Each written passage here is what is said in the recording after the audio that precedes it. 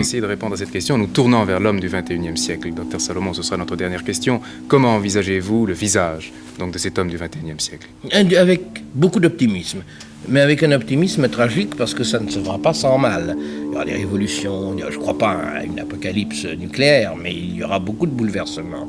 Mais l'homme du XXIe siècle sera amené à une certaine convivialité parce que la planète est toute petite, parce que les ressources s'épuisent et parce que selon des fameuses expériences sur la densité des poissons dans un bocal, enfin, nous n'avons pas le temps d'en parler ici, à partir d'un certain seuil, une certaine coexistence s'établit. On passe de la planète telle qu'elle est à la planète bateau, où il faut délimiter l'espace et acquérir un nouveau code de conduite. Ce nouveau code de conduite, nous sommes très reconnaissants d'avoir bien voulu l'esquisser avec nous. Et puis vous pourrez, vous qui vous y intéressez, essayer d'en savoir plus dans cet ouvrage absolument passionnant que le docteur Salomon donc, a publié sous le titre « L'avenir de la vie ».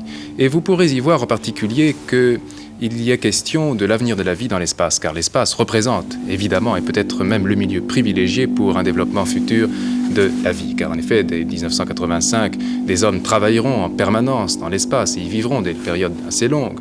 Et puis, à partir du début du XXIe siècle, des bases permanentes seront installées soit autour de la Terre, soit sur d'autres mondes, dans le système solaire. Et tout ceci permettra à l'homme de pénétrer un milieu nouveau, mais un milieu qui est quand même extrêmement hostile. Pas de pesanteur, des températures inférieures à 270 degrés, en dessous de zéro, pas de limites physiques tangibles.